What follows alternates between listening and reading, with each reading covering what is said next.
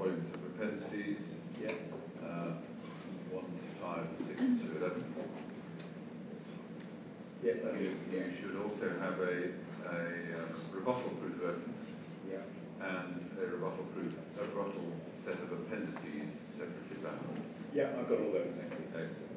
I was going to introduce Mr. Singleton from the main proof of evidence and then read the summary and then deal with additional matters, if that's convenient. I was not proposing to read the rebuttal proof. It's comprehensive in the sense that it covers what we thought needed to be covered in that way, and I'm assuming you've had the opportunity of reading it. I have done.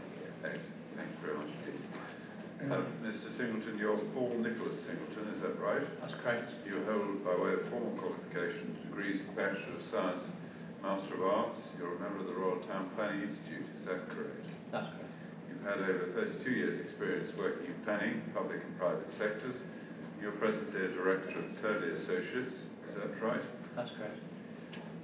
You tell us at point 3 about your career and the experience that you have. We can take that as read. At 1.4, you tell us about your instructions, and at 1.5 that you've been involved in the development proposals, which are the subject of this appeal since mid-2009, when Turleys were instructed to coordinate and prepare the planning application submission.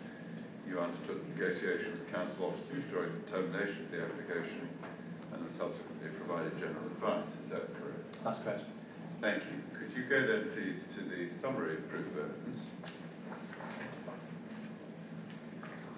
And I'm going to invite you to read on section 1 from paragraph 1.1 under the heading Introduction, please. Yes, sir, starting at 1.1.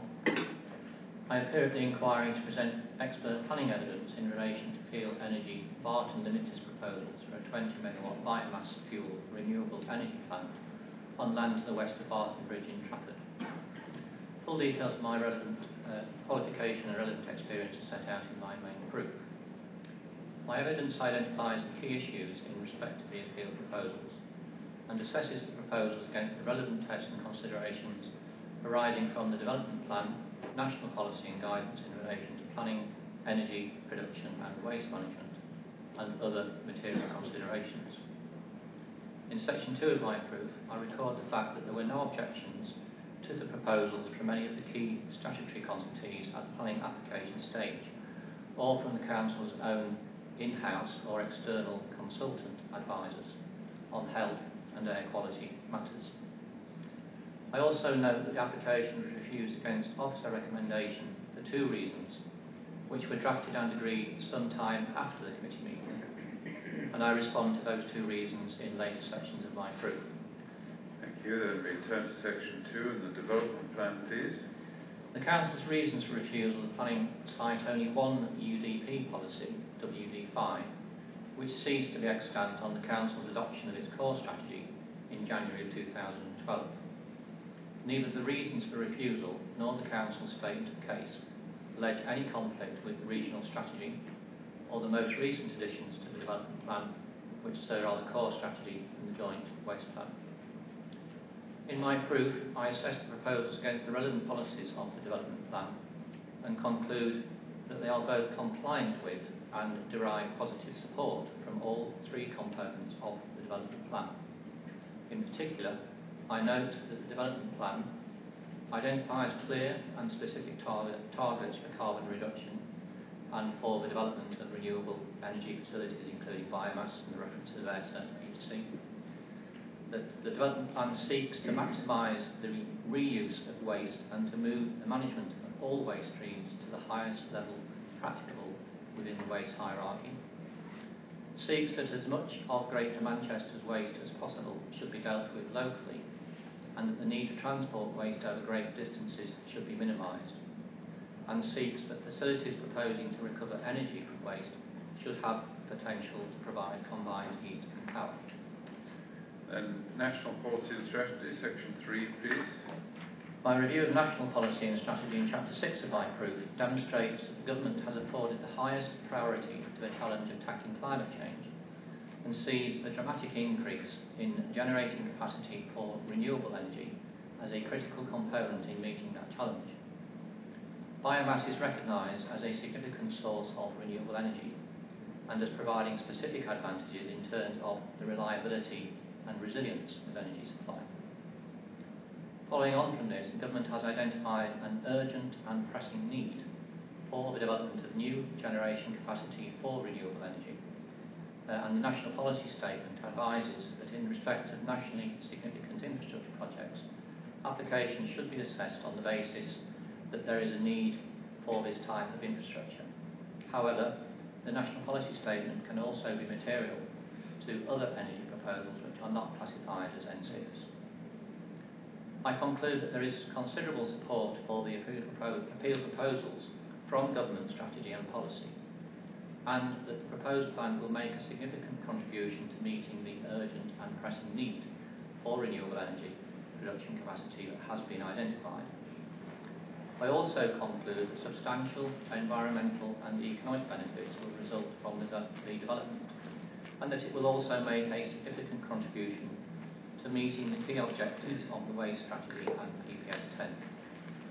And sustainability of the site, please, 4.1. 4.1. As the primary function of the proposed plans is for energy production, the main consideration is whether the site is an appropriate location, having regard to the relevant criteria for such facilities, including access to the electricity grid, transport infrastructure, and potential for CHP.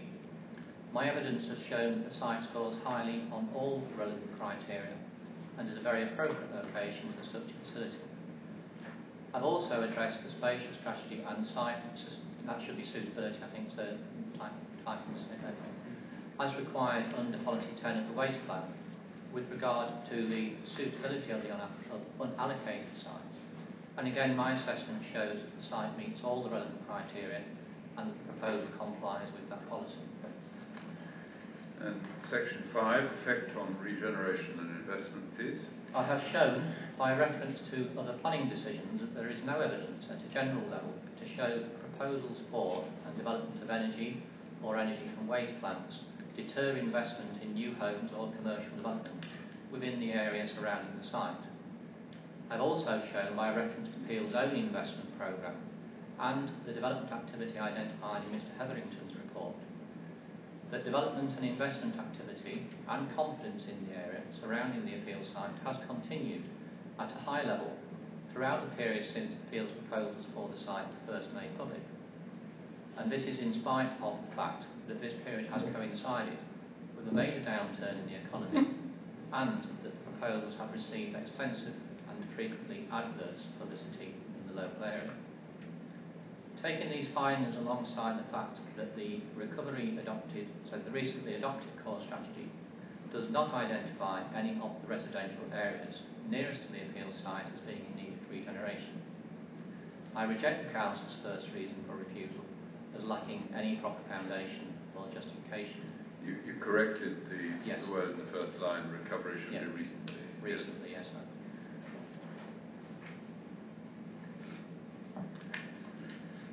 And then Section 6, health impacts, please. 6.1, it is common ground with the Council that the proposals are not likely to have any adverse effect in terms of air quality and health. The Council's second reason for refusal is founded solely on the weight that should be given to public perceptions of the risk of adverse impacts on health. I accept that such matters are capable of being material in this appeal, but I conclude that they should be given minimal weight.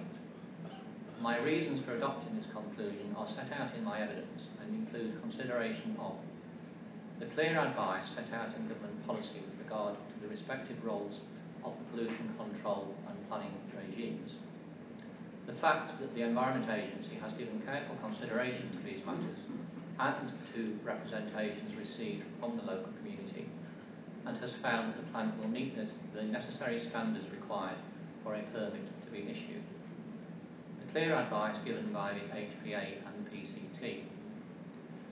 Clear advice given by the Council's internal and external advisors on air quality issues. The absence of any objective evidence which would give any indication that public concerns are well founded, and the clear and consistent application by the Secretary of State and his inspectors of government policy when considering such concerns. I therefore conclude that the Council's second reason for refusal is unsupported by any objective or reliable evidence and should be discounted. And your overall conclusion, section 7, please. My overall conclusion is that the proposals are in compliance with the development plan, and the planning permission should therefore be granted unless there are other considerations which would clearly support a contrary decision. In my view, sir, there are no material considerations which would weigh against granting permission in this case. Thank you, Mr. Singleton. With regard to your main proof, there's a correction, I think, which yes, sir. you spotted needs There's always one that slips through no matter how many times you read these documents, sir, and I'm sure you'll be familiar with. On page 82, this is the end of paragraph 13.23, which starts on the previous page. The quotation is from the inspector's report in the Lostock case, which is in my appendices. And the sentence that follows that quotation, the although is redundant. What it should read is that PPS 10 has not been superseded by the framework, and this same principle is clearly set out. It's always one that you leave in which actually means completely opposite of what you really wanted to do. I apologise for that. Yes. Yes. Does that apply to the bit where he says it feels to be allowed? Well, I've checked that, Mr. Fraser. I'm fairly confident. This is what happens when you get to 90 pages, I'm afraid. Well, I hesitate to say it, but in the inspectors, the assessment of and categorisation of justified complaints, there is a whole category of non-errors. Right.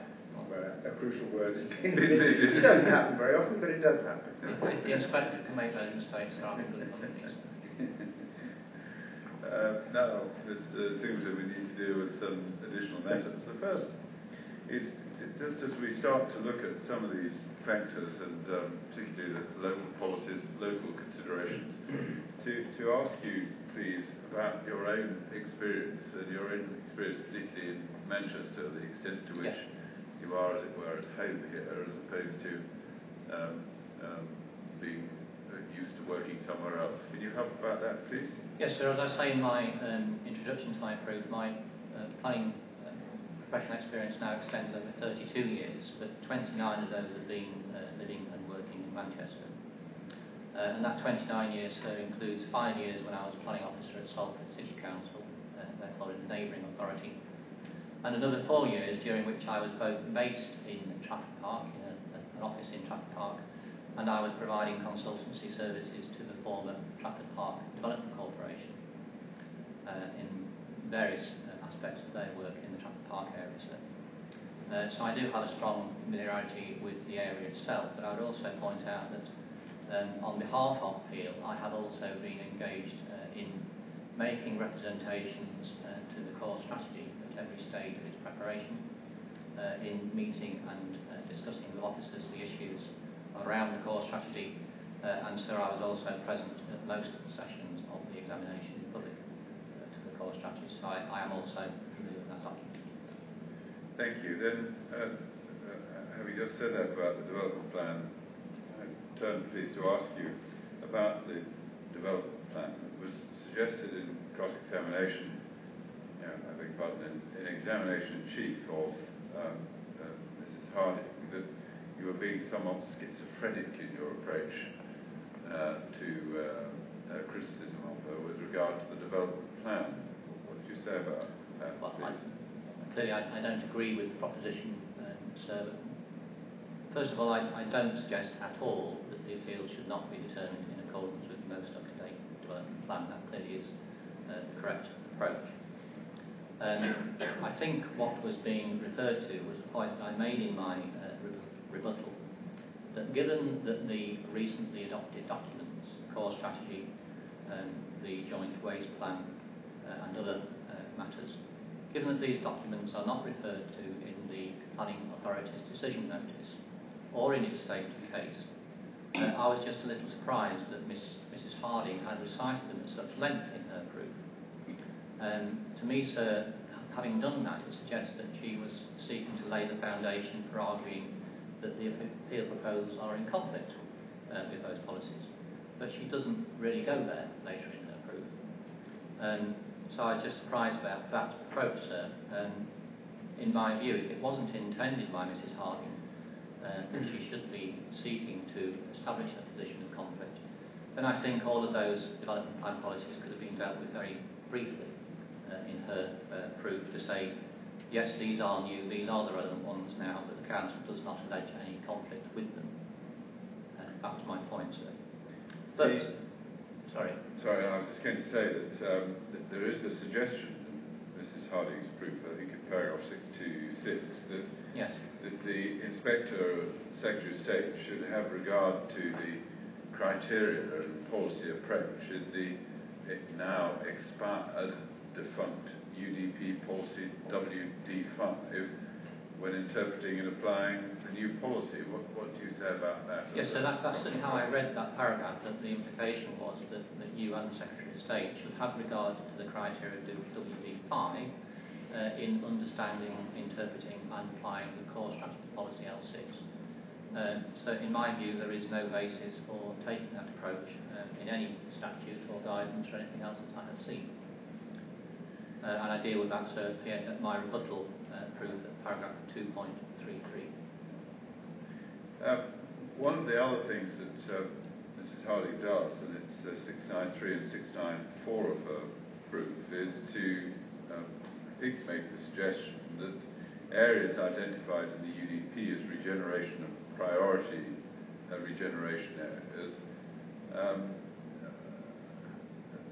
in effect, still suffering decline and still vulnerable to what she refers to as external factors. Yes. What do you say about that position? Again, I was somewhat surprised by that apparent suggestion in Mrs. Harding's evidence, because it seems to me that the obvious conclusion to draw from the process, you may not know, sir, that the history of the UDP was adopted in 2006, but its generation goes back quite a few years before that, as you'll be aware, no doubt, from doing development plan inquiries. So we are looking at areas which were identified for regeneration, certainly probably around 2002, in the first version of that development plan. In my view, sir, the fact that the Council has not carried those areas forward in the core strategy should be read as a positive decision taken by officers on the basis of the most up-to-date evidence. And Mrs. Harding does confirm in her proof that the UDP has been prepared in accordance with the most up-to-date evidence. And therefore, sir, the obvious conclusion that I think is to be drawn from that is that the up-to-date evidence demonstrates that those areas don't warrant any particular designation anymore, because they don't display any significant issues, or, and this is certainly the case in respect to Burnston Town Centre, that they have already benefited from significant investment, which has, to a significant degree, addressed the issues that were previously of concern. Mrs. Harding doesn't seem to draw that conclusion, sir, and I would invite you to share my view on that. One of the things that we've noted, and it's perhaps worth a reference in the context of what you've just said, from the core strategy, core document 62,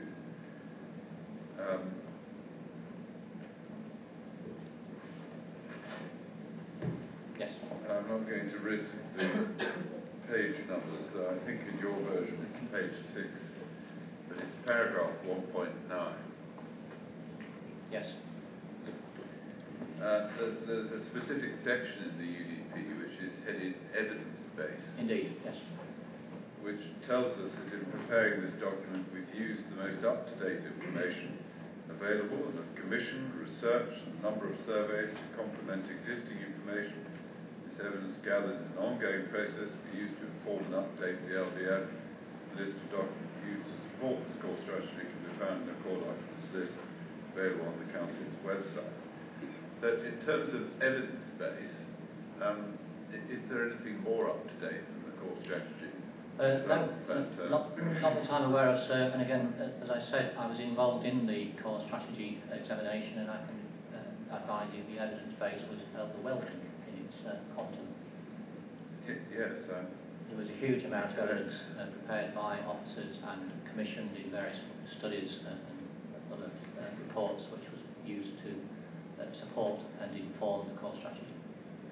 Well, against that background, let's just turn to a consideration of what weight might be given to different elements of the development plan, because one of the things that in re-examination Mr. Fraser sought to do, Mrs. Harding, was to, at least by implication, if not expressly, suggest that the members had been left without guidance about what weight they might accord to different bits of the development plan.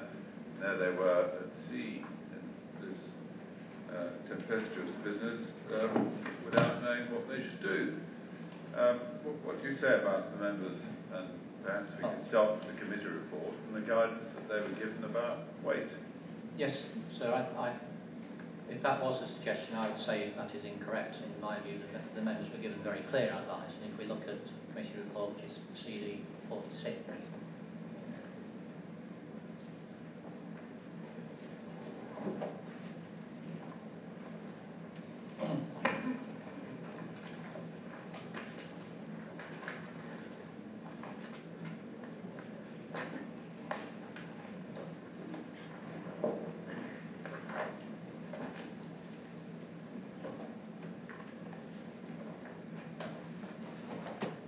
this is where we have difficulties there, because the first set of pages aren't numbered.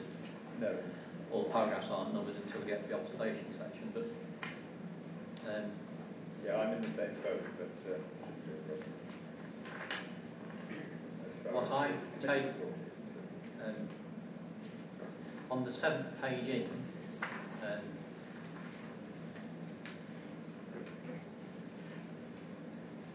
sorry, I'm looking for the heading. The Trafford Core Strategy. I think that's on page 4, the Trafford Core Strategy. So, or the bottom of page 3. Depending on which version. Bottom of page 3 or top of page 4. Yes. There should be a heading, the Trafford Core Strategy.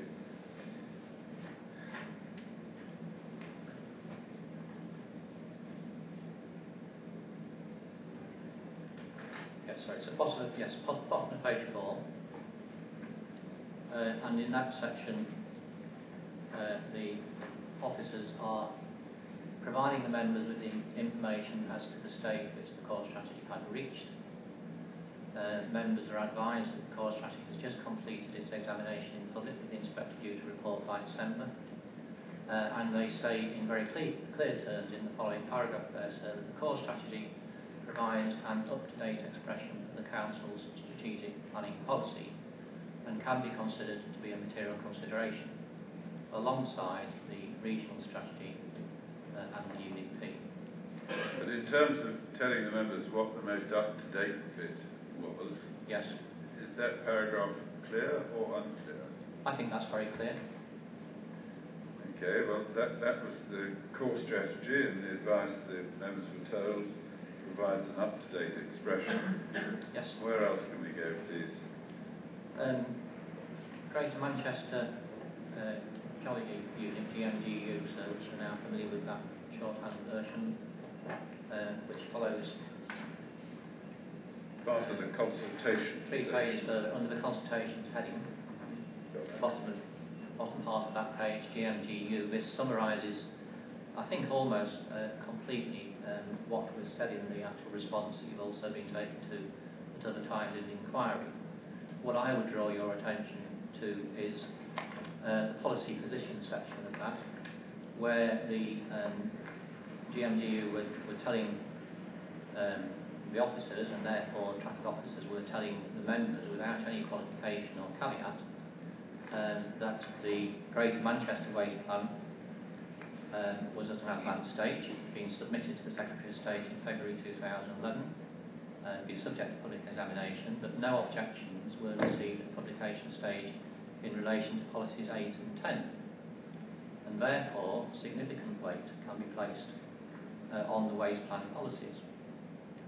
They also told the officers, and this was relayed to members in the committee report, again it's at the bottom of that page, that the waste plan as a whole is more up to date than the Trafford UDP.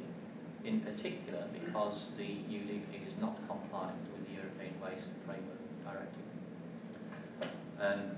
And you'll see, sir, also in the first paragraph under that policy position heading, the GMGU also refer quite rightly to the general principles document and the advice which is in that as to the relative weight of documents.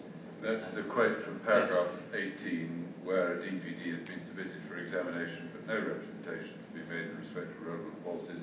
Considerable weight may be attached to those policies, and so on. In my view, so that's very clear advice as to the relative weight that should be given to these different elements. Right, so that was what they were told about that, yes? And then in the observations section of the committee report, where we do get the paragraph numbers,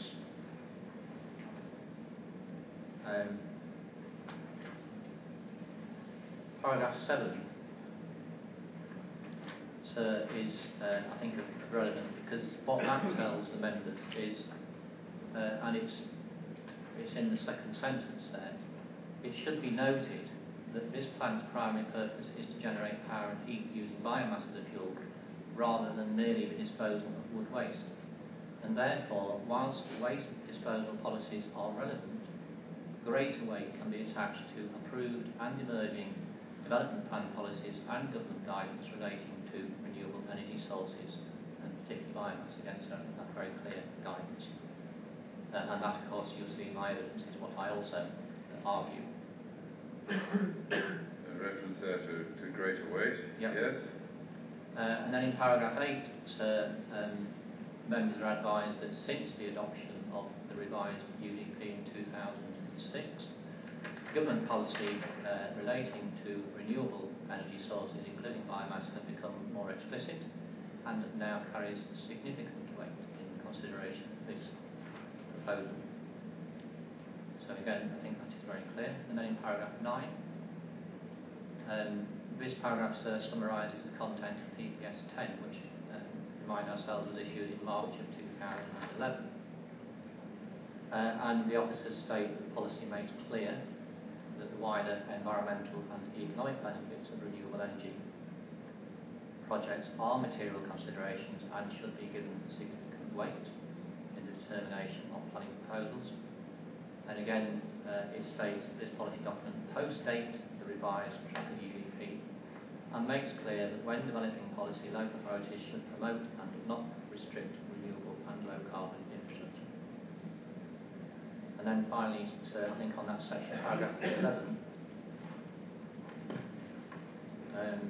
which relates to PPS 22, also confirms government's commitment to committing emissions against the targets, and it goes on to say, again, that predates the PPS 1 supplement, the more recent document, and it should therefore be afforded more weight. Sorry, post-date. Yeah. And then in paragraph 13, the report deals with the regional strategy, particularly policy EM17. And again, it talks about the targets, and in the final sentence of that paragraph, it says the policy EM17 requires planning authorities to give significant weight to the wider environmental, community and economic benefits. So as to what the members were advised to give weight to, what was up to date and what had been overtaken, do you think they lacked advice? I think they had very clear advice, both in terms of the officer's own advice, but also in terms of relaying the views of the officers of the Greater Manchester Geology Unit who had been preparing the joint waste plan, and the reference to the PPS, the General Principles document, I think is very clear. And as I said before, so that was in no way qualified by traffic officers to suggest that was not the right advice for the members. So I think they had a full picture of the weight that should be given both to the UDP and to emerging policy and also the most recent national policy and guidance. Thank you. Now, next we need to go to core document 40, which is the GMGU consultation response.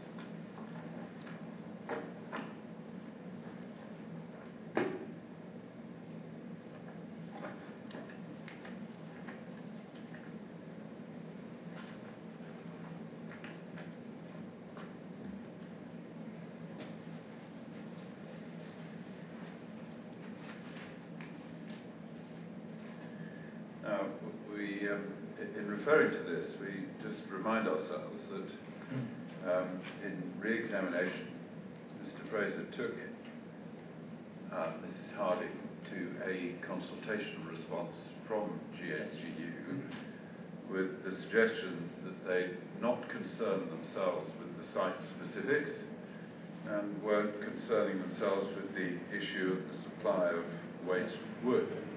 And if we look at core document 40, we can see the letter that Mr. Fraser referred Mrs. Harding to as the first letter in there, 4th of January 2011. Yes. Yes.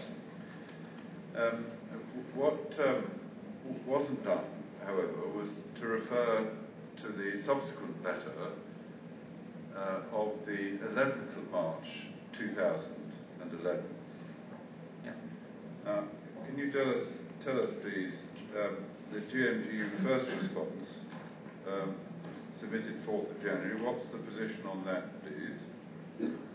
Well, they do confirm in that they have. I've read the application documents, associated documents. This is in the very introductory sentence. They confirm that they have visited the site. So the officers of GMGU had actually done a site visit with the with the documentation and the plans of the proposal. They also, in the second. Well, so just to comment on that, obviously that I would draw from that they were fully aware of the site and its locational characteristics as and when they formed their consultation response. In the second paragraph, this is where they ask for clarification as to the likely source of the SRF, which we use to fuel the plant. But I think so if you read that sentence through, the reason for asking is that it relates to the traffic impacts of the SRF. But nowhere in there, sir, are they querying where the waste wood might come from. So there's I can't see any request for clarification or any concern regarding supply of waste wood in that response. So even at that stage, do we see GMGU saying words to the effect, well, we really don't know where they're going to get all this wood from? Yeah. Nothing like that? No. Thank you. And then third and fourth paragraphs, what's happening there? Yeah,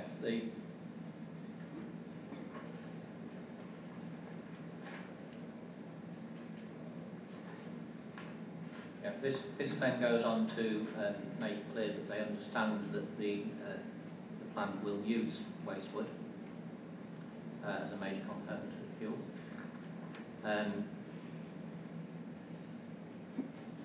But again, so they don't indicate any issues with regard to supply. And then we go on to the point about the Policy 10 and the GMDU requesting or suggesting that because this will use waste, that Policy 10 should be addressed. And that request is made in that response. Yes, they wanted BPS 10 to be addressed. Yeah, BPS 10 yep. to be, and so that response obviously was sent to the applicants and to ourselves, and it is in relation to that we then produced a assessment against Policy 10, which was submitted in the supplementary statement. The second page of that first letter refers to the development plan document, and yes, to the waste plan document. Yeah, and in the first paragraph, having reviewed the approach, indicates given its status should be given weight in the assessment of the application. Yes, that's what we've just seen the committee do. Although in this one they're saying it should be given weight, the later one is the one that's quoted in the committee report to have significant weight. Right. Yeah. Just on that second page still, we can see in the penultimate paragraph, the proposed facility would accept approximately 130,000 tonnes per annum waste wood, which would otherwise be destined for landfill. Yes. Must be destined for landfill. The proposal moves this up the waste hierarchy to generate electricity in line with the Waste Strategy 2007 and Waste Plan aims and objectives. Do we see the GMGU either saying there's no wood to move up the hierarchy, or if you're going to burn it, this will conflict with the hierarchy because it's wood that should have something else done to it? No, not at all. The inference I draw from that comment is that they were satisfied that this was a facility which could make use of wood, waste wood, in the waste stream, and that the effect of its being used as a fuel would be to drive it into the waste hierarchy in line with the objectives of the joint waste plan.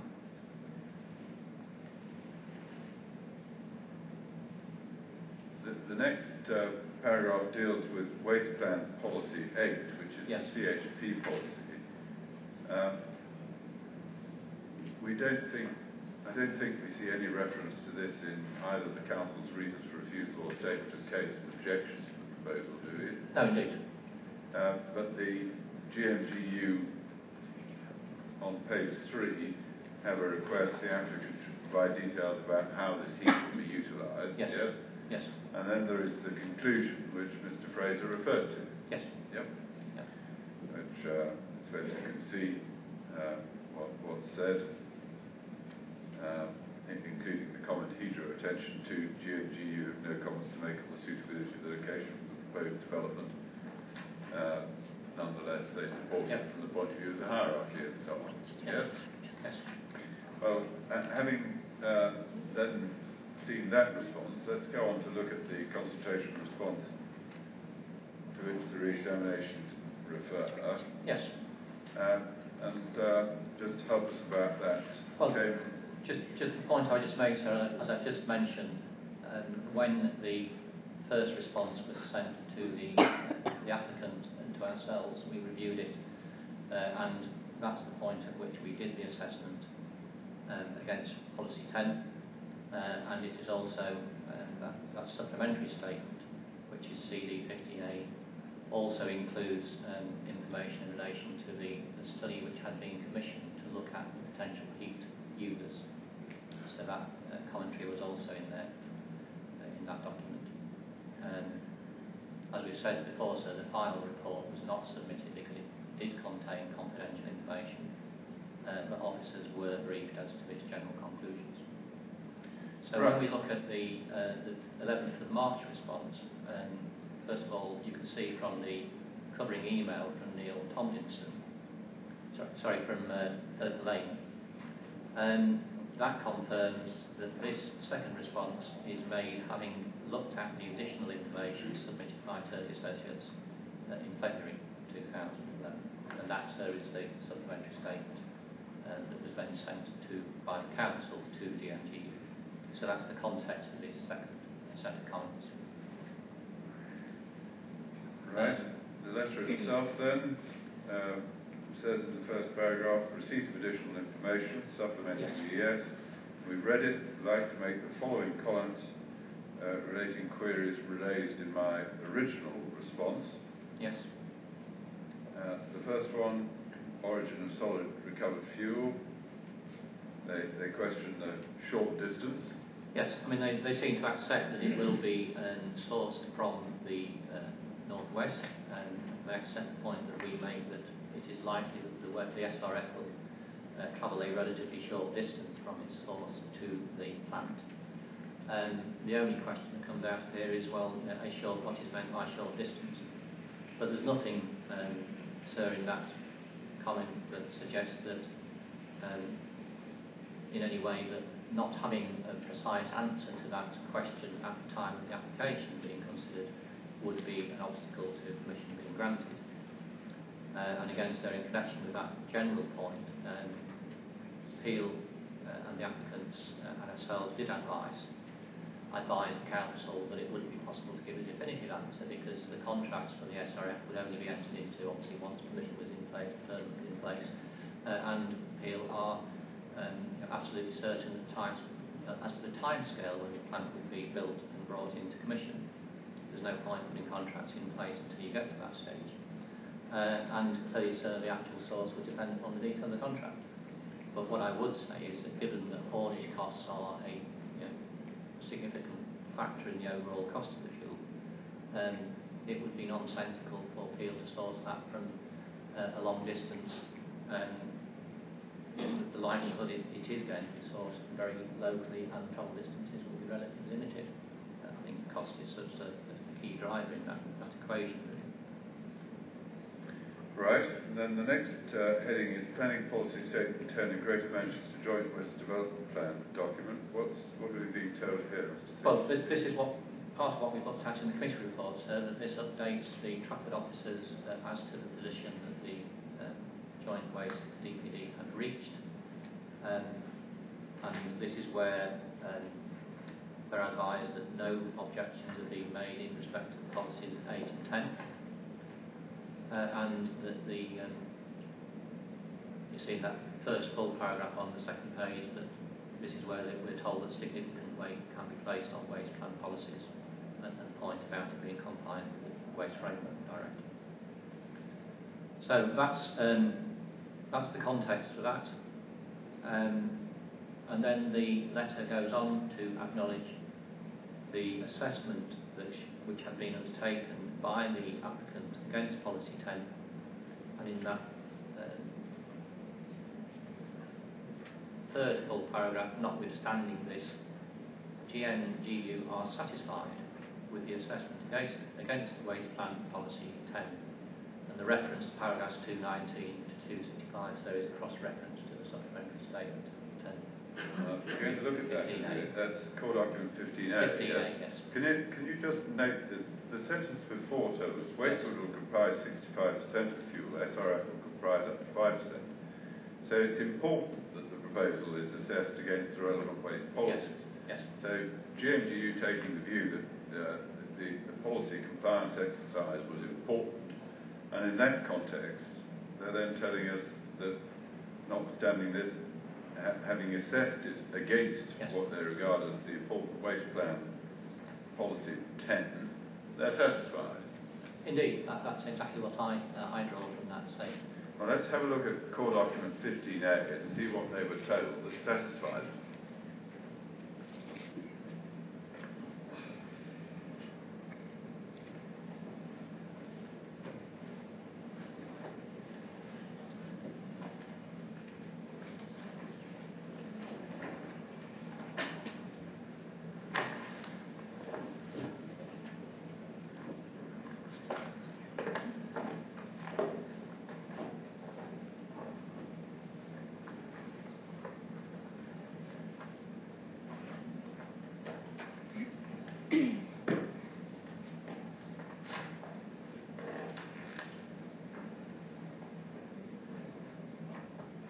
Yes, the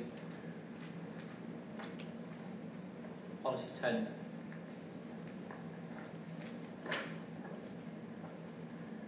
it starts, I think, page 5, is it? Page 5, yes, 219. Right, the 219.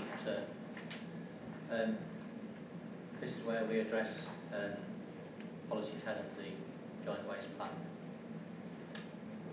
So it's 219 to 265, which is the paragraphs that are referenced in the GMGU response that we just looked at. And if we look at that, and I don't want you to read it all out, but in the light of the re-examination, particularly the reference to the earlier letter saying that they weren't dealing with the site specifics, we ought perhaps to see the extent to which this response has done so and been satisfied. Yeah. They deal, first of all, I think, with the waste hierarchy. That's correct. Is that right? That's correct, yes. This submission dealt with it.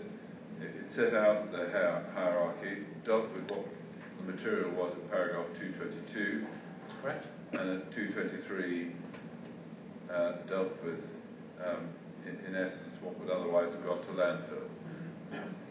Yes. Is that right? And there's no objection to raise to that. Was any objection or suggestion made that the waste wood wasn't available? No. And GMGU got the statistical material, the statistical waste material gatherers? In my view, there's nothing in their response which questions the likely availability of that fuel. Then they dealt specifically with policy 10 on unallocated sites. Is that right? Yes. And in going through... well, just to point out, yeah. 225, so we say in there, I think exactly the point that Mrs Harding made, that on allocated sites you have to address both the spatial strategy and the site assessment criteria, and that's what was done in this submission. And compliance with the spatial strategy was then dealt with. Yes. We can see the conclusion reached at 229. Yes. Fully consistent. Yep.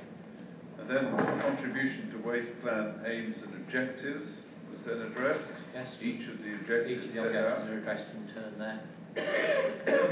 We can see then the conclusion, paragraph 251. Yes. Each of the objectives is satisfied. Yes. And then the criteria from the policy, the proposal meets the same assessment criteria as allocated sites. Yes? That's correct.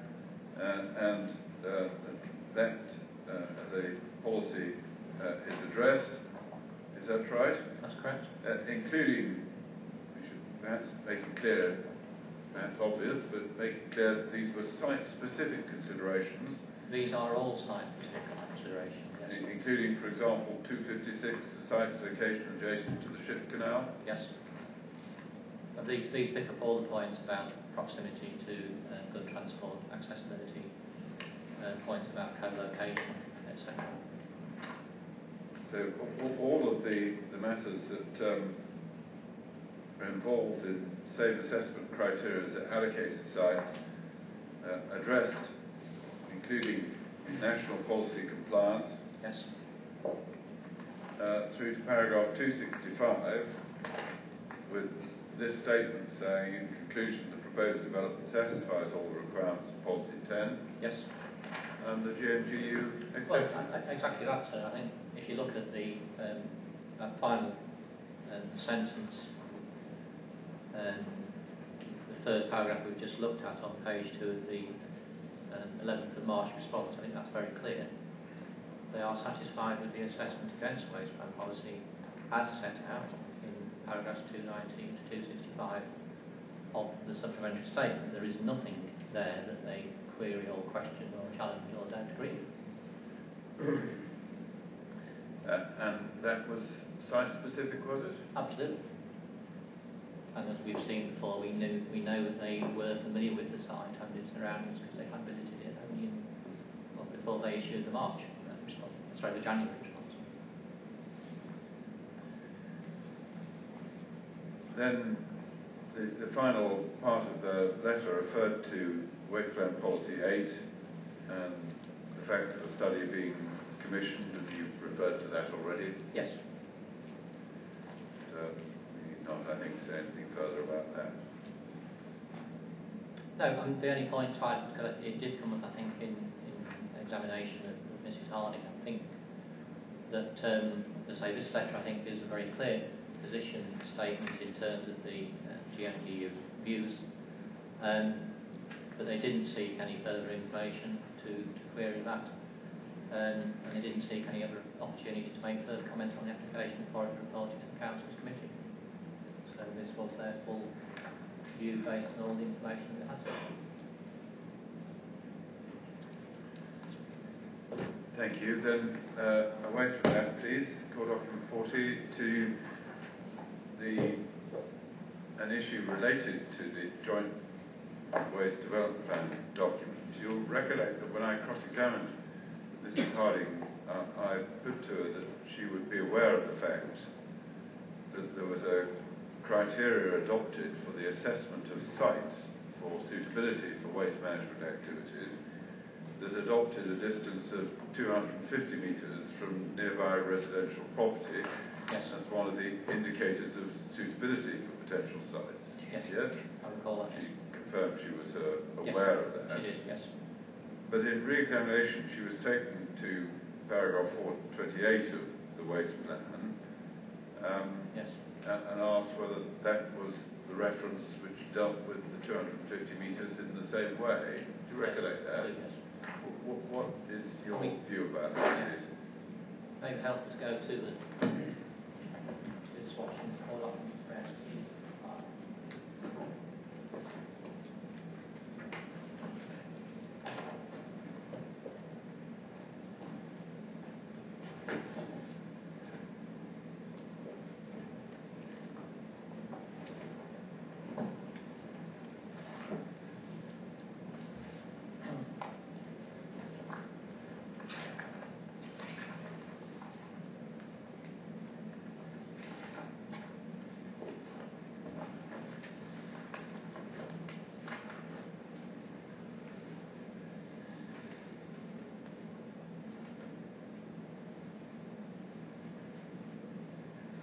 I think the paragraph that Mrs. Harding was taken to was 4.28.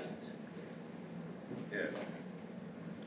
Which is, you can see the heading at the top of page 73 is a paragraph which is concerned with safeguarding sites allocated in the waste plan for waste management or other related waste activity or waste use.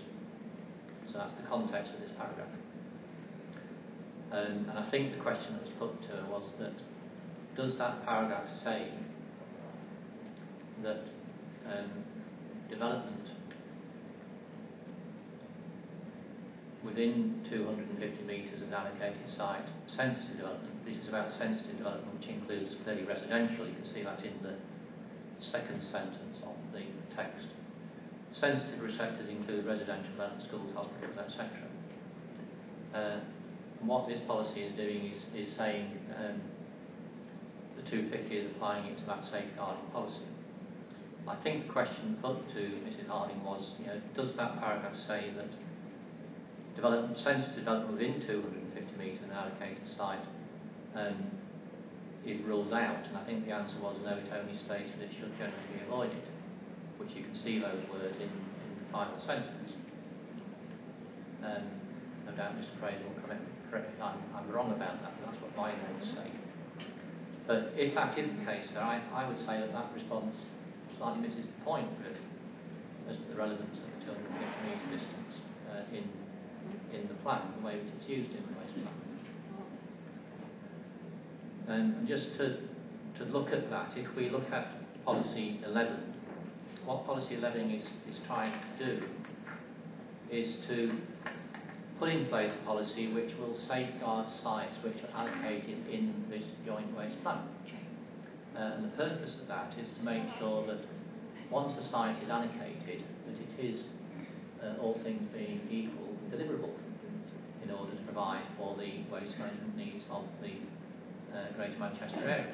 Of course, that's perfectly reasonable to do because one of the tests of soundness is deliverability, so the councils in promoting this plan would need to satisfy the inspector proposals are deliverable. So it's perfectly sensible once you have allocated a site to try and make sure that you can protect its future deliverability, and that's what this policy is really trying to do. So when the 250 metre distance is used here in respect to policy 11, what it's doing is establishing the appropriate consultation zone with regard to any new applications which local planning authorities receive for a sensitive use adjacent to a site which has been allocated for a waste use in the waste plan. So I say that gives a clear indication that the local planning authorities view, and we must remind ourselves that includes Trafford because Trafford has adopted the waste plan, as to what the minimum desirable separation distance is between, for example, a new housing area and a proposed thermal waste plant, such that there is unlikely to be any likelihood of future nuisance and complaints which may constrain the effective operation of that waste plant as and when it is developed, or indeed, sir, may lead to a refusal of planning permission for that waste facility at the time that it comes forward for detailed planning application. That's my understanding of what that 250 metre distance is doing. But what I think is more relevant to the issues before you is that actually the 250 metre distance is one of the key criteria which is used in the waste plan, in the preparation of the waste plan, in the way that the suitability of potential sites was assessed, and it is a fundamental part of the sustainability appraisal which underpins the plan. So it's much more important than just looking at it in respect to safeguarding of allocated sites. And that can be seen from the sustainability appraisal, which was prepared by Scott Wilson on behalf of the 10 districts who jointly prepared the plan. And it may be helpful if we can go to that. I don't think it's actually in the inquiry, but you did refer to Mr. Kingston did refer to it. I did. I'm not quite sure how much of the plan we've got. Perhaps for the present you could give us what you've got by way of reference to it, because I think Mrs. Harding indicated a familiarity with it. Yes. And knew that this was the the basis upon which sites have been allocated. Just indicate to us what it says, please, in terms that's my understanding. I have a whole 250. document, but I recognise that you may need a copy of it, so no doubt that can be made available to you. But it is, as I say, it's part of the sustainability appraisal. And as you'll appreciate, that sustainability appraisal was also subject to examination, and both it and the plan have been found sound by one of your colleagues. But the 250 metre, the way that it comes into play in the site assessment of site suitability criteria is Scott Wilson, who undertook the sustainability appraisal, put together a pro forma, a site appraisal pro forma, and a guidance document which tells you how you apply or how you use that site suitability pro forma in assessing all the sites, for example, put forward in the call for sites at the early stage of the plan, and then subsequently through the various stages of the plan preparation. That's what it's there for. And they identify in that a quite a large number of criteria you'd expect against which sites should be scored. And they divide those into level 1 criteria and level 2 criteria.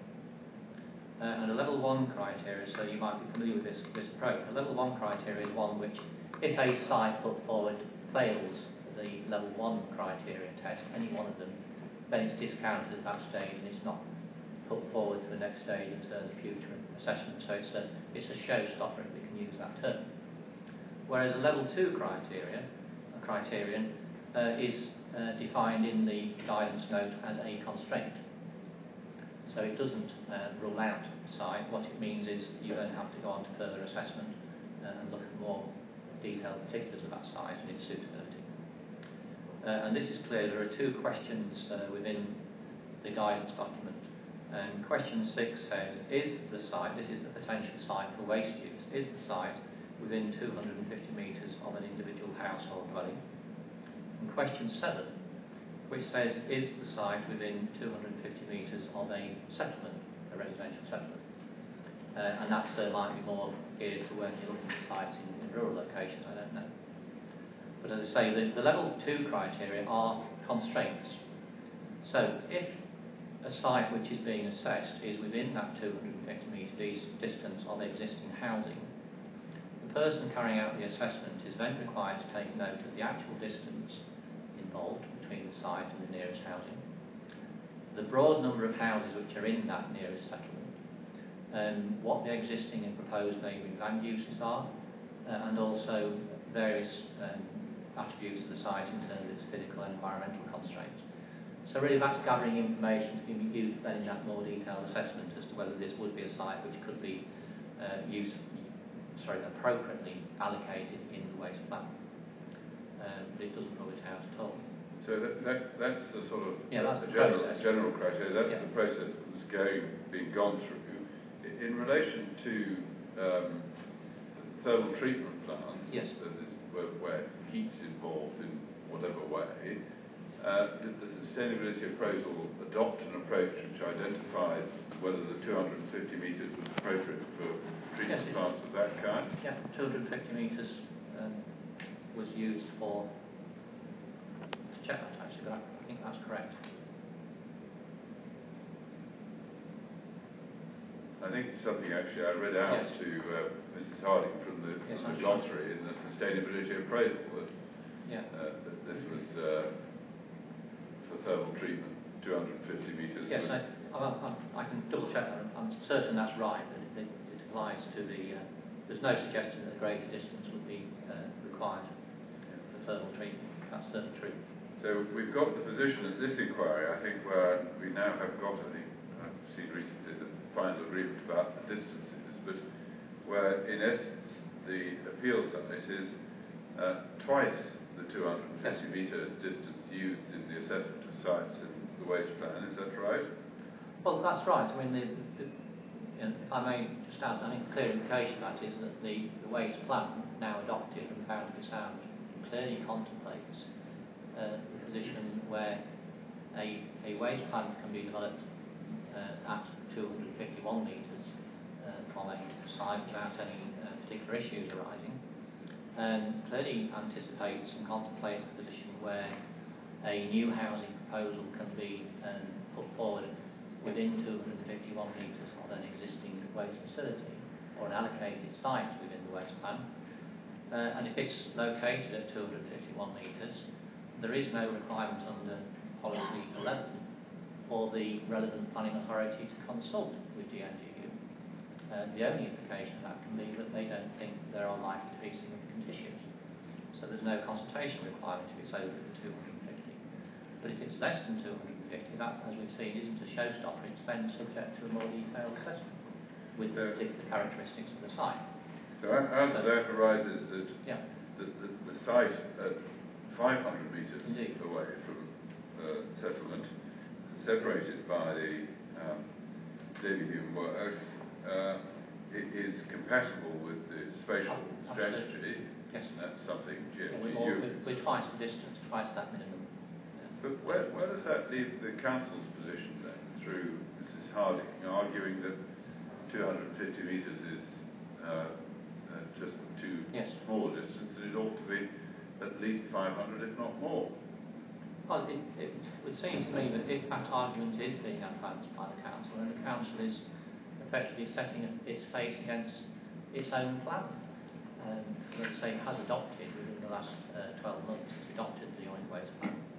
This is clearly a fundamental part of the waste plan and its whole approach to site suitability. So what the council would be saying is, well, yes, we say that in our plan and it's part of the strategic development plan, but we don't think it's right. It seems to me that's an untenable position for the local planning authority to take.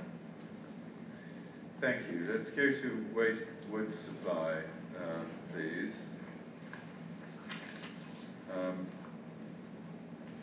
We know, and we said earlier, that this doesn't feature as any part of any reason for refusal, not in the statement of case. No. Dealt with in the statement of common ground in the way that I've taken Mr Watson through. No objection from the GU, either first or second round of consultation, is that right? That's correct. And we should note no objection from GMGU in the context of Mrs Harding having told us that she had been in discussion with them. So yes, lots of opportunity, if I could put it correctly, to warm them up to the point if they were willing to be warmed up to it. Yes, I think that's a fair conclusion. Right. Statement of common ground references the inspector will have already, and we need to go back through them. But then we have these concerns raised in Mr Watson's proof on the basis of a July DEFRA report. Yes. The July DEFRA report predating the statement of common ground with its statements about agreement on wood, that being September 25th of September, I think. Is that right? Yes. Yeah. So there we are. That's the context. But Mr Watson saying, well, as the trend continues that he identifies, then we'd be dependent upon importing waste or using other waste streams.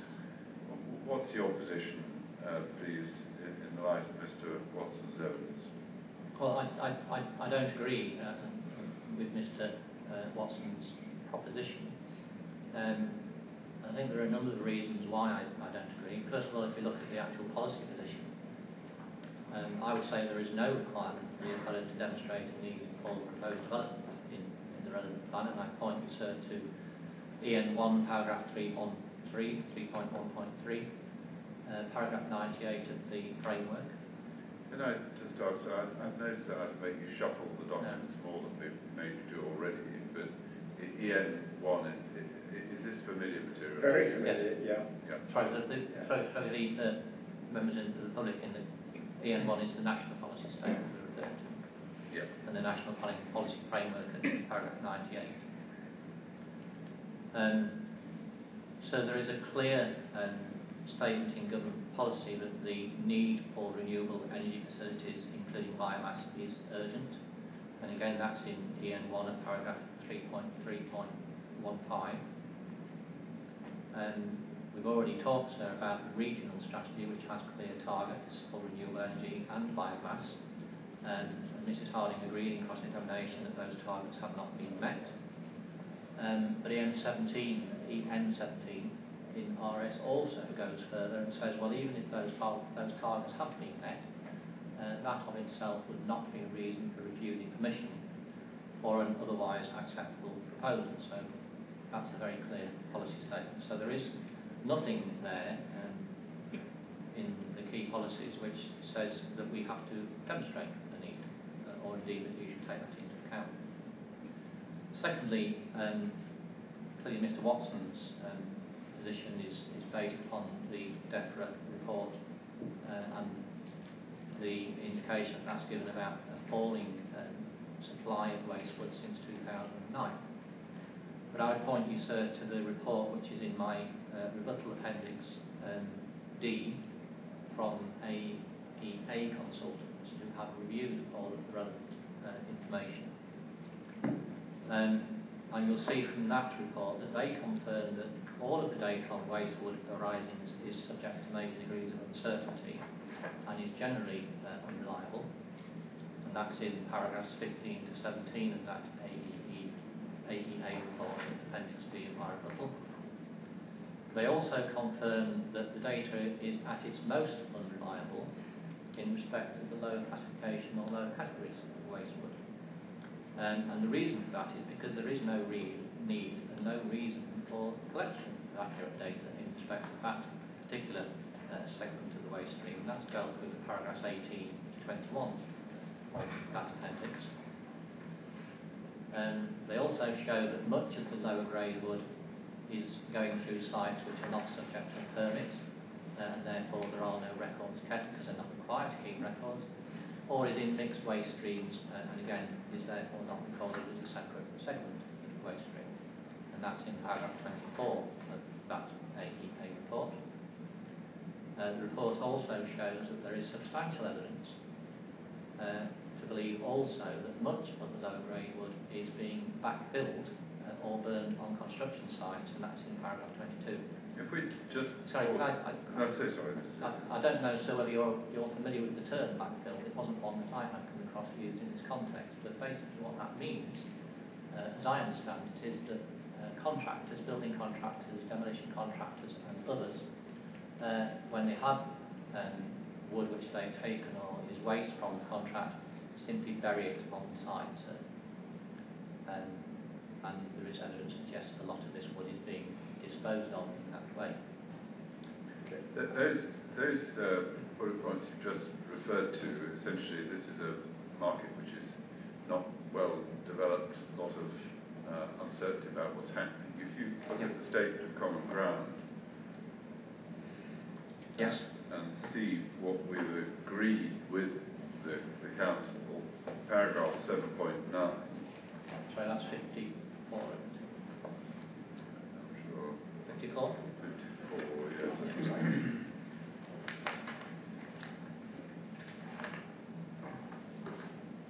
Yeah, 54, big one.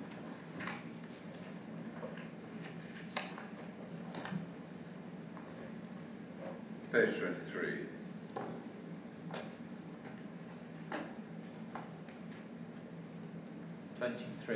Page 23, in paragraph 7.9. Part of what we've agreed with the council is that whilst biomass is only just emerging as a realistic means of delivering clean, renewable heat and energy in the UK, the strategy actively encourages the development of biomass plants to enable this market to grow. The strategy recognises demand for biomass fuels will stimulate an increase in its supply and availability, opening up supply lines which are currently not well developed.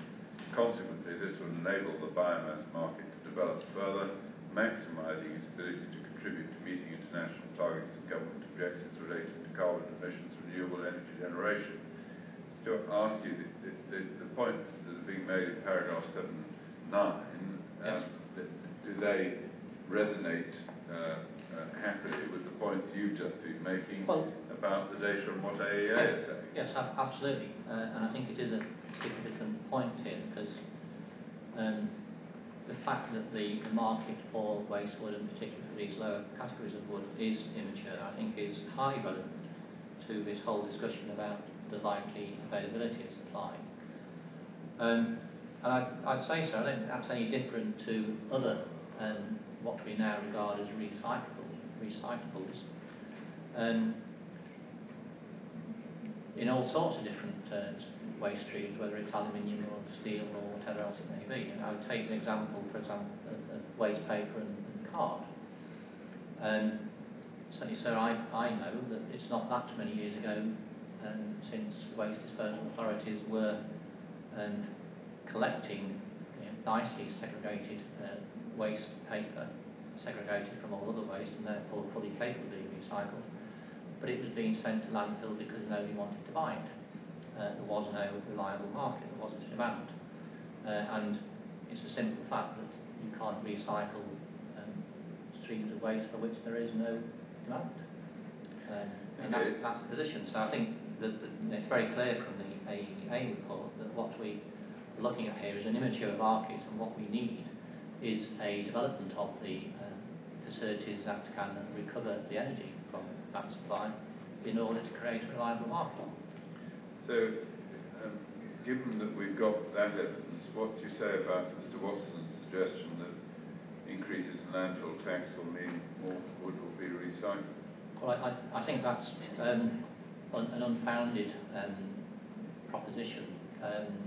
It seems to me that given the information that we have in front of us, that is not the conclusion that one would come to. I mean, you might describe it as being perhaps a little naive, because if there is no market and there is no value, and we have contractors who are already burning waste on site and backfilling it in a completely unregulated and therefore unsustainable way, I think that should be a significant area of concern.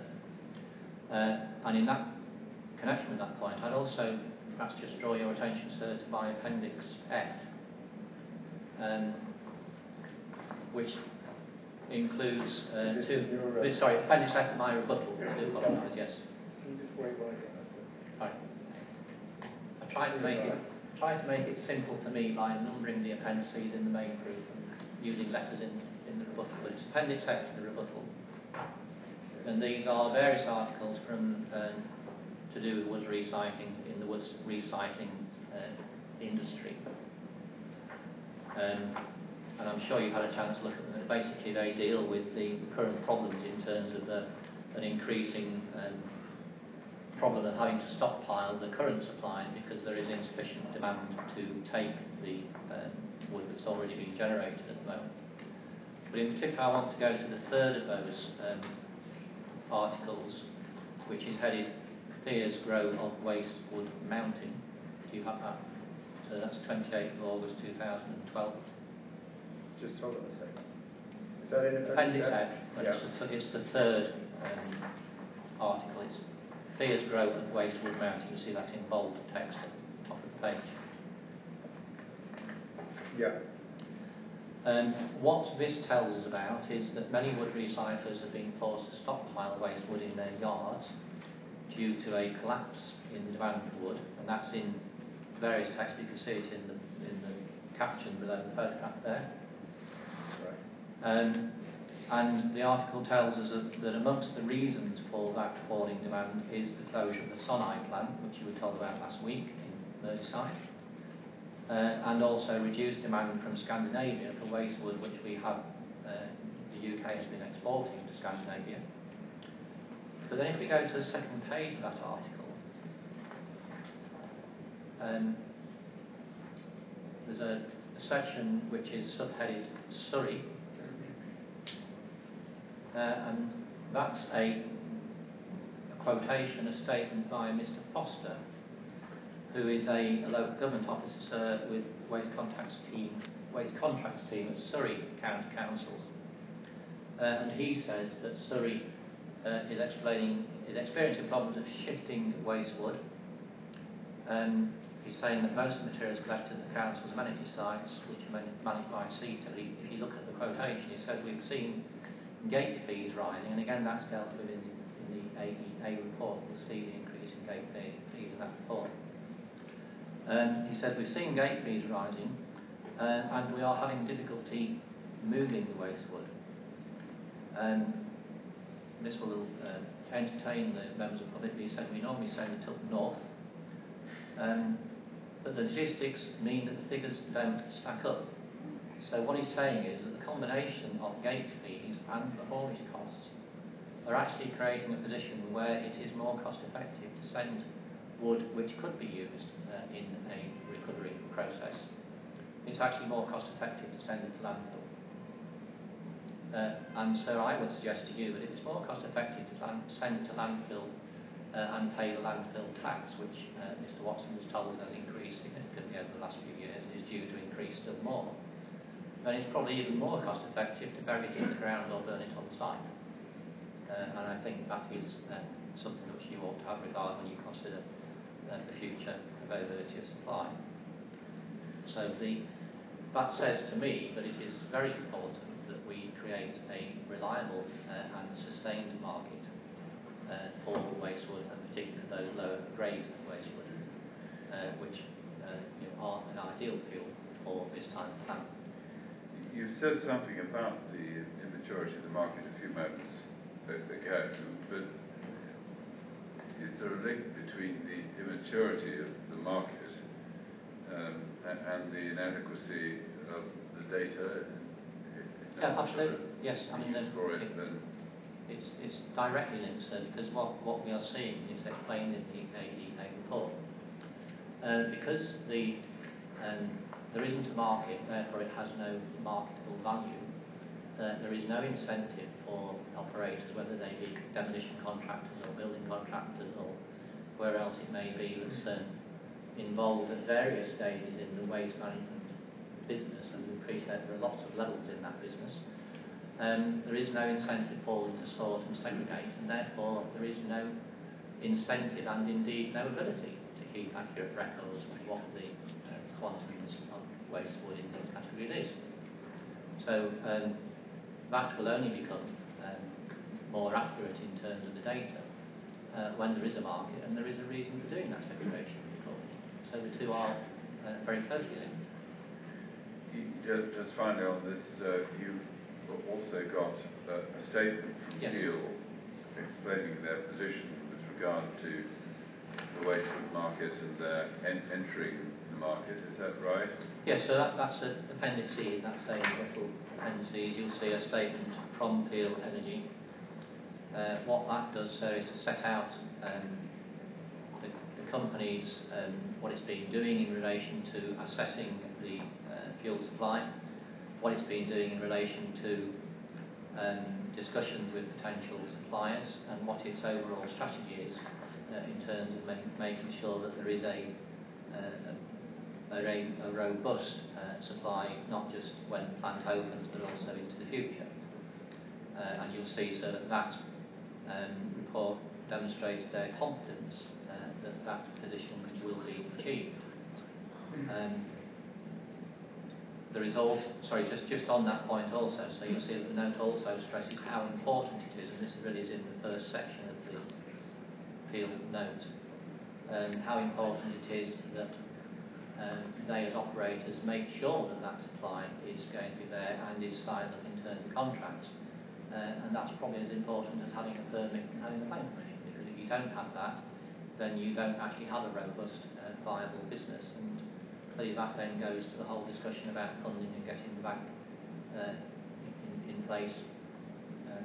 So I've never been to a bank to ask for £70 million investment, and I'm fairly certain they want some fairly convincing information about the future security of that supply. And then you also, I think, have as your Appendix G, yes, a letter from Hadfield Wood Recyclers setting out their position. Yes, and again, so that's one of the suppliers that people have been speaking with. That's Appendix G, and they express their confidence in terms of being able to ensure a supply, and they also touch upon these points about the current problems and the need for a positive supply in order to ensure that wood is recovered rather than being disposed of to landfill or being burnt on contractors' sites, for example. So I think all of that, and you see also they also refer to the Sonai plant, but I think they say that's 300,000 tonnes. I think we were told last week it's 400,000 tonnes that were going to Sonai. I think that's the figure I've seen previously quoted. So all of that adds up, in my terms, to a very clear picture that there should be no concern about the future supply. This is a combination of having to create a reliable market demand in order to make sure that the stream is segregated in the first place and that is maintained in the future. Thank you. Next matter, the nature of this site and its surrounding area, and how appropriately to characterise it as to whether it should be described as predominantly residential. Yes? Yes.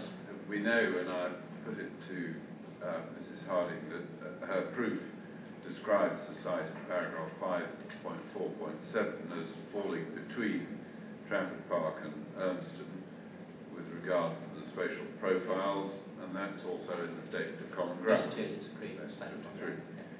So, where do you go from there? Well, I think if we look at that profile plan, so we've got the core strategy, which is CD 62. That profile plan is at page 10 in the posh copy.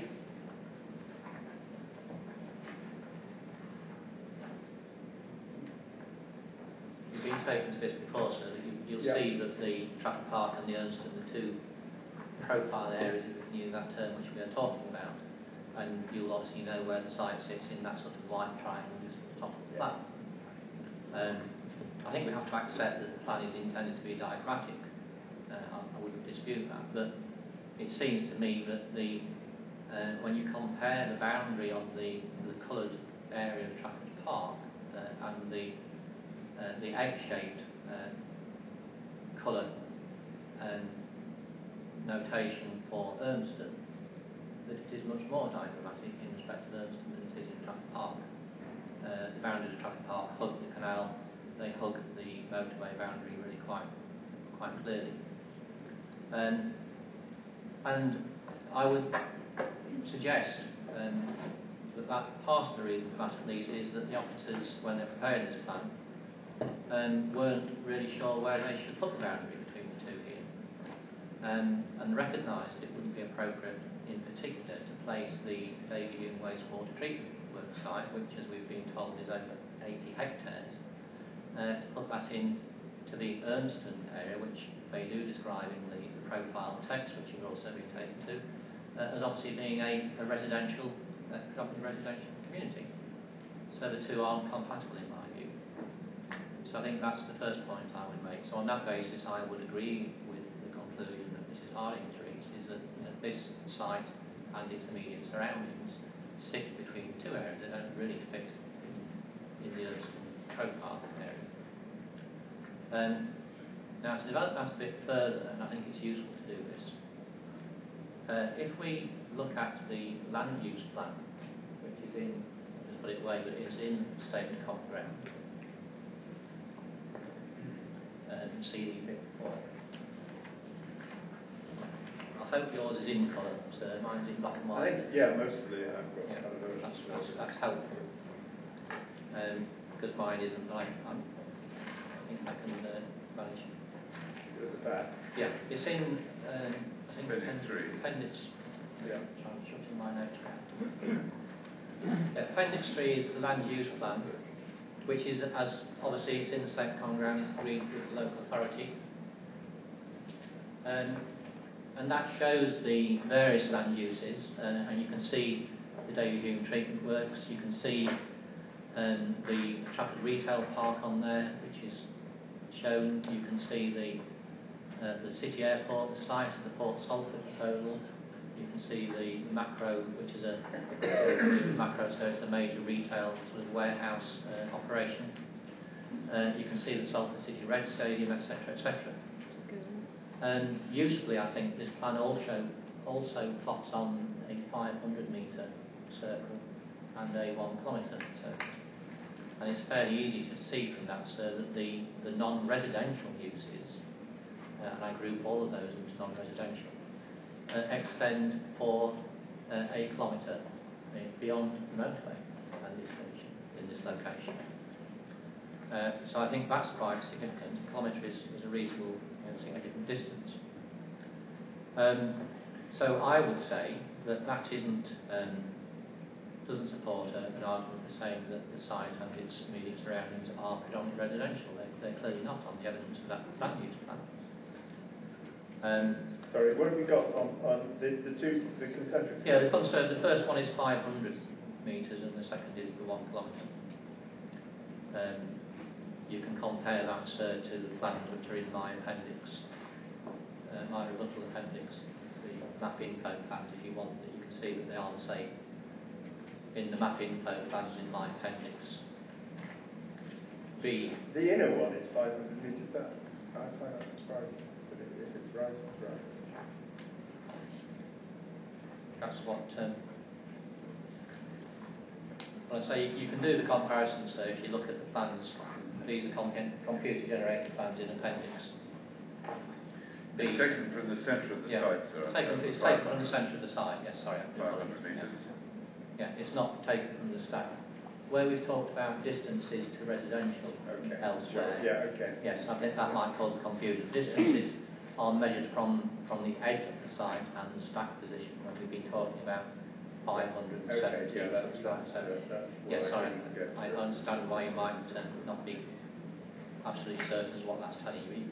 As I say, you can make a comparison with the computer-generated plans which are in my appendix B to rebuttal, which are being generated by MapInfo, they're not being generated by us. Well, at least on the MapInfo computer model. So you can see that you'll be able to pick up some reference points that allow you to make that comparison. Yes, I think that's probably helpful just in confirming that the 500 from the centre of the site is as indicated on the same common ground, and the 1 kilometre again, and then 2 kilometres. And then 2 kilometres. So the 500 metres from the centre of the site leaves us with a circle that passes through the middle of the Davyhulme wastewater treatment works. So, as I say, that's from the centre of the site. What I'm saying is, if you read that plan, you can see that the non-residential uses are really extending up to a kilometre from the motorway itself, which Mrs. Harding described as being a clear boundary. You'll see from my results that I don't accept that it is a clear boundary, and I'll come back to that. So that's helpful, I think, just to put it in context. But Mrs. Harding then sort of seeks to dismiss the treatment works as being a small pocket of industrial use in this predominantly residential area. Again, so I don't think that stands up to any scrutiny. Having regard both to the physical extent of the treatment works, which we've been told is, and we all agree, I think, is over 80 hectares in area, but also the nature and the scale of the facilities on that treatment work site. And I'd like to take two bits of information that allow us to put that in context. The first actually is something we've not looked at before, the UDP proposal map, which is at CD 64.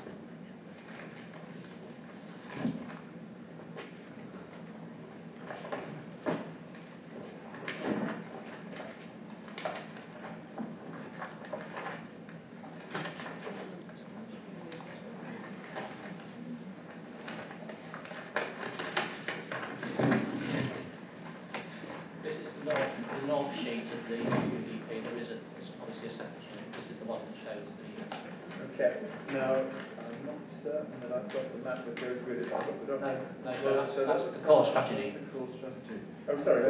So 64 is the state policy. There should be a. Okay. I'm wondering whether the plan. You should have the policy and a statement of which policies are still extant. But there should also be a plastic wallet with the proposals map in. Yeah, in the core document. 64. If not, I'm sure we can provide you with a copy. I've got it. I'm there. It's in a plastic wallet, so. Yeah, I've got it. Yeah. I haven't looked at it before, so.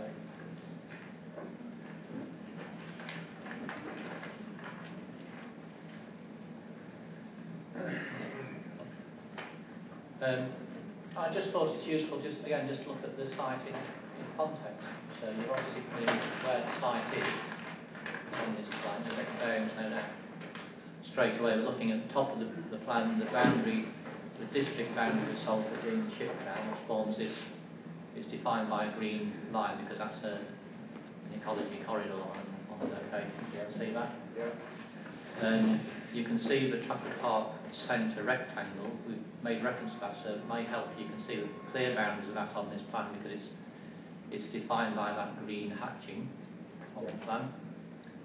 It's called a rectangle because it pretty well is a rectangle. And you can see the Trafford centre in the middle of that notation.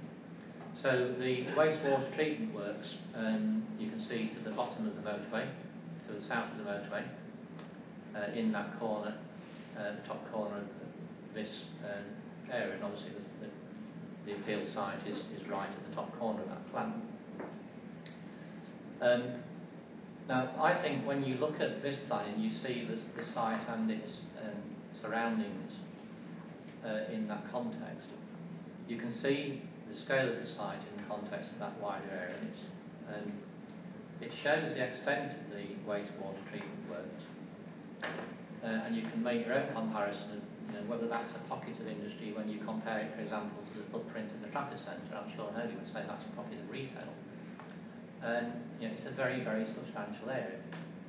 And I would suggest, sir, that when we look at what is the sort of real boundary in this part of Urnston, I'm not saying to find another location, but in this part of Urnston, it seems to me that the real boundary between the residential and the non-residential is actually the green corridor that you can see hatched. It's coloured green, it's hatched, and it's got a sort of green dot notation. And what that defines on this plan, so you can see on the key to the plan, it defines land which is protected as open space, either because it's open land or because it's got a functional reason, a purpose of open space. And you'll see that on your site visit when you visit various viewpoints. You'll see that there is this green space behind the closest group of residential properties. And it seems to me so that is the true boundary between the non-residential part in this area of Urnston and the residential part. So I think that's a helpful plan to look at. Okay, that gives us now do you want to go in? That's the way. That gives you an indication of the scale of the treatment site sitting in the context and whether it is a pocket of industry. So I'd like to go to Appendix 1 of my main group.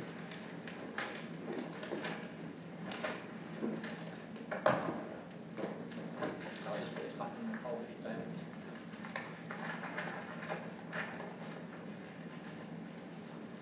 In Appendix 1 of my main group, we have the application documents relating to the United Utilities scheme for the expansion of the treatment works.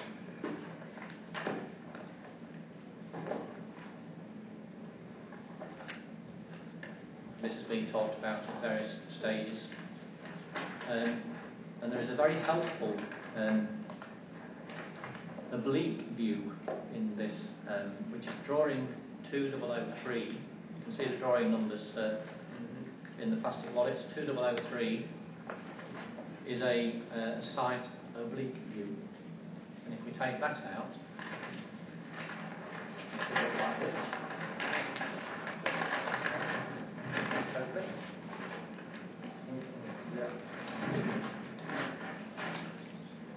I think so. This is very helpful in giving a very clear indication, again, of the physical extent of the treatment work site, but also the density at which it's being developed and covered by buildings and structure and plant, but also the scale of those facilities.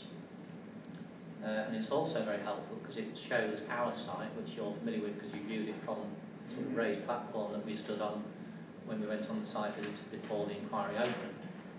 Our site is defined very clearly by that sort of rectangular group of trees fronting the canal. So I think this is helpful in showing that the site is, our site is actually relatively small. I think we're 4.4 hectares compared to the 80 or thereabouts of the development. It's these proposals that contain the energy generation facilities. Yeah, well, what this shows, sir, is all the new plan, which is the I think the the tanks are coloured green, you can see where all the notations are. This is basically a new plan, but it also shows the existing plant on the site as well, to the left and to the bottom of the image. Okay, so is that as it is now? Well, it's showing that this is broadly, and no doubt people correct me, this is existing in this area of site, and this is the new part of the scheme. Yeah. You see in the centre. But it's useful to note that that puts it in context, but it's also just point out that if you actually look at the bottom of the photograph, you can see that actually isn't the whole site. There is more. The viewpoint actually is in the site; it's not from the site boundary. And if you want to check that, so you can do it by cross-referring to Plan 2002, which is I think that's the right one. Let's check my note. Which is the site location plan. Okay. Well, I don't need you to do that, but if you do cross-refer, you can count the number of the round circles of the filtration beds, and you can see more or less where you are on the site, where that viewpoint has been taken. And you've told us in your main proof of evidence that development of United Utilities currently under construction, expected to be completed in 2013. Yes. With a cost of over £100 million. That's yeah. paragraph 5 of your main proof, I think. Indeed. So, what I say, having taken you to those various plans and images, is I think all of that shows that the wastewater treatment work site can't sensibly be described as a small pocket of industry or anything else. It's a very, very large facility. We've noted in my evidence that it is a facility of strategic importance in Greater Manchester. But it also shows very clearly the extent to which that site, the wastewater treatment site, and its operation facilities separate the appeal site from the nearest residential areas to the south and west. And I say so, that's a critical factor with regard to the site's suitability. And with respect to Mrs. Harding, I think she largely ignores that in her evidence. And we've already gone to policy 10 of the waste plan, so you'll know that co-location is one of the criteria which renders a site suitable. Very briefly, I'd also note that paragraph 3.4 of the statement on the ground agrees that the site is surrounded by a range of non-residential uses and several structures of significant scale. And I'll just come back very briefly, sir, to this point about the motorway forming a clear boundary. I deal with that in my main proof, paragraph 2.38. But I'm sure you've had the opportunity to look at this, and you probably had the opportunity the pleasure of driving up and down the motorway, but you'll see that the orbital motorway to the north and west of Manchester, in most places, does form a distinct barrier to movement because it is at grade and it separates the areas on either side. That isn't the case in the location around the Barton High Level Bridge. It's a very high bridge. You can see underneath it very clearly, because the junction is located there. There is movement from one side to the other. So I don't accept that it has that barrier effect, and therefore I don't agree that it forms the distinct boundary which Mrs. Harding seeks to argue. But clearly, so you can make your own judgment on that when you visit the site and do your own tour of the area. It's going to be necessary for us to look at the question of densely populated or not. And yes. It's better do that after we've taken a short break. Yeah, okay, we'll take 15-minute break. Thank you. Thank you.